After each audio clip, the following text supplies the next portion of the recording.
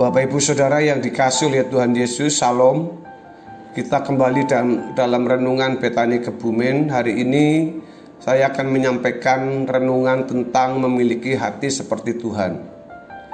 Saudara, tatanan yang dimiliki oleh Allah dalam dirinya menunjukkan bahwa Allah bukanlah sosok yang bertindak secara sembarangan. Ditinjau dari hakikat Allah yang penuh kasih, tidak sulit bagi Allah memberi pengampunan bagi manusia. Dapat dikatakan bahwa Allah pasti memberikan pengampunannya bagi manusia. Tetapi ditinjau dari keadilan dan kekudusannya, pengampunan tidak mudah diberikan. Sebab pengampunan diberikan harus memenuhi semua hakikat yang ada pada diri Allah. Bukan hanya memenuhi hakikat kasihnya, tapi juga harus memenuhi hakikat keadilan dan kekudusannya.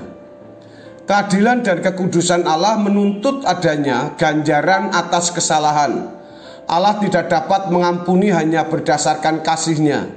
Ia harus membalaskan seluruh kesalahan yang dilakukan manusia menurut perbuatannya. Sebab setiap dosa memiliki upahnya. Misalnya di dalam kitab Nahum pasal yang pertama ayat yang ketiga berkata begini: Tuhan itu panjang sabar dan besar kuasa, tetapi ia tidak sekali-kali membebaskan dari hukuman orang yang bersalah. Ia berjalan dalam puting beliung dan badai, dan awan adalah debu kakinya. Selanjutnya Paulus juga mengatakan dalam Roma 6 ayat 23, sebab upah dosa ialah maut, tetapi karunia Allah ialah hidup yang kekal dalam Kristus Yesus Tuhan kita. Bapak Ibu yang dikasihi oleh Tuhan Yesus, pada waktu kita menyadari dari pernyataan ini, kita memang tahu bahwa Allah itu adalah Allah yang maha kasih. Tetapi dinyatakan ada keadilan, ada kekudusan yang harus dilaksanakan atau dilakukannya. Saudara, harus ada sosok di luar diri manusia untuk menebus kesalahan tersebut. Sosok tersebut bukanlah domba, lembu, atau barang binatang atau darah binatang apapun. Darah binatang yang dikorbankan hanya tindakan profetis yang sementara waktu dijadikan simbol untuk pengampunan dosa manusia. Hanya darah Yesus yang mampu menyucikan manusia dari dosanya. Ketika Yesus mati di atas kayu salib dan kesalahan manusia ditimpakan kepadanya, maka seluruh kesalahan manusia dapat diampuni. Ini adalah tatanan dan mekanisme dalam diri Allah yang dapat dipahami oleh pikiran manusia. Pola pengampunan semacam ini sebenarnya telah dipahami sejak lama oleh bangsa-bangsa lain. Sejak Allah memberikan hukum Taurat kepada umat manusia melalui Musa, konsep pengorbanan binatang untuk pengorbanan sudah dikenal oleh bangsa-bangsa di timur dekat kuno, yaitu korban binatang.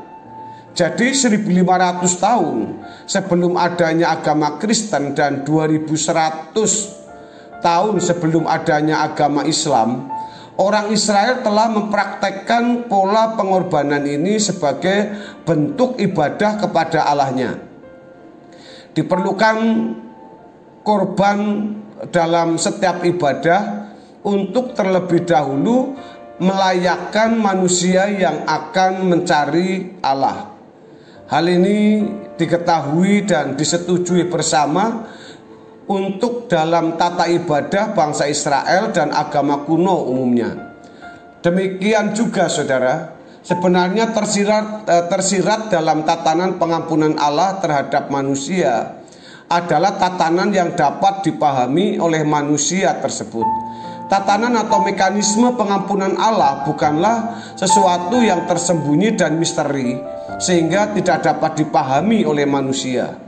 Jika Allah dapat mengampuni tanpa mengorbankan anak tunggalnya, maka sesungguhnya Allah adalah Allah yang dapat berkompromi dengan kesalahan atau dosa. Allah tidak memberikan ganjaran atau hukuman terhadap dosa dan pelanggaran yang dilakukan manusia.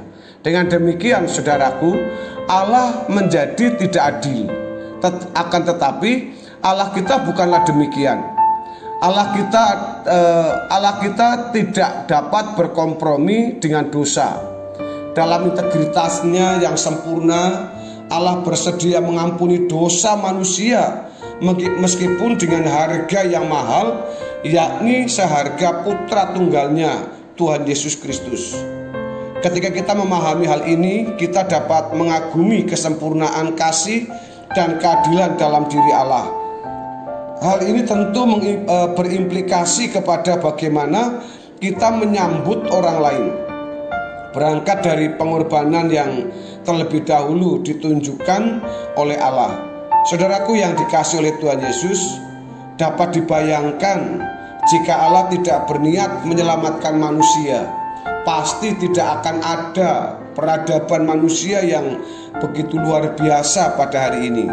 Malah Allah kita yang Maha Kasih dan Maha Adil menunjukkan kemuliaannya dengan mengorbankan putra tunggalnya demi manusia di seluruh jagat raya ini. Menghayati ini, kita semakin bergelora dalam mengasihi Tuhan dan sesama kita. Sebab jika Bapa berani mengorbankan putra tunggalnya, apalah artinya kerugian perasaan, kerugian materi, atau kerugian lainnya yang membuat kita tidak bersedia mengampuni sesama kita. Untuk itu, kita harus memiliki hati seperti Tuhan. Hati Tuhan terhadap manusia yang melukai dan mengkhianatinya terekam dalam Lukas pasal 23 ayat yang ke-34. Ya Bapa, ampunilah mereka sebab mereka tidak tahu apa yang mereka perbuat. Tuhan Yesus tidak memandang kesalahan manusia yang menyalibkannya sebagai sesuatu yang fatal dan terlalu besar sehingga tidak dapat diampuni. Tuhan Yesus mendoakan mereka kepada Allah Bapa agar diampuni. Seseorang yang tidak memiliki hati yang mengampuni seperti Tuhan tidak akan diampuni. Hal ini jelas tertuang di dalam doa Bapa kami, yakni ampunilah kami seperti kami pun mengampuni yang bersalah kepada kami. Suka atau tidak suka, setiap kita harus mengampuni sesama jika ingin menerima pengampunan dari Allah. Seseorang yang tidak memiliki hati yang bersedia mengampuni tidak akan diampuni oleh Allah, meskipun menurut Anda itu kecil, tetapi dosa adalah dosa.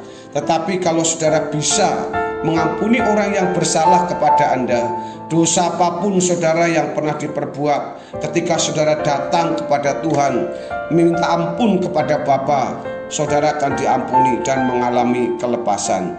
Kiranya kebenaran firman Tuhan hari ini memberkati kita semua. Haleluya. Amin.